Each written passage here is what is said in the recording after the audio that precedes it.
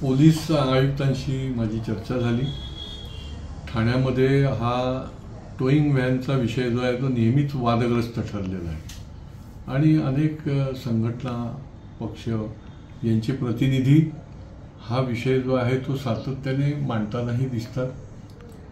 जनतेचंही म्हणणं जे आहे हे देखील रास्त आहे आणि प्रशासन देखील त्यांची जी योजना आहे त्याच्या संबंधी सातत्याने त्यांचं ते मांडत असतात। मी माननीय पोलीस आयुक्तांना सांगितलं की या टोईंग व्हॅनचा अनुभव अत्यंत नागरिकांना वाईट आहे, विशेष करून दुचाकी चालवणाऱ्या वाहन चालकांना, आणि एकूणच हे काम जे आहे ते पारदर्शी नाही आहे। एका बाजूला पार्किंगची व्यवस्था करत राहणं महापालिका आणि ट्रॅफिक खात्याच्या संपर्कात राहून हे तर आपलं काम आहे, पण ज्या पद्धतीने टोईंग व्हॅनचं कामकाज चालतं ते अत्यंत ज्याला म्हणता येईल की लोकांना त्रासदायक आहे।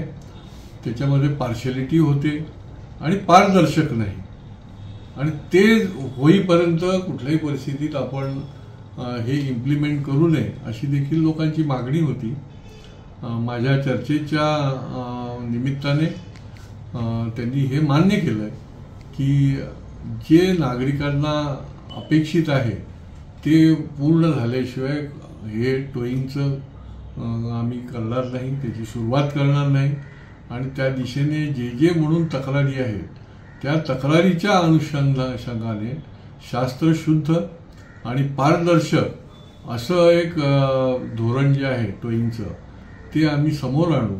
तोपर्यंत कुठलंही आम्ही हे सुरू करणार नाही असं त्यांनी आश्वासित केलं आहे।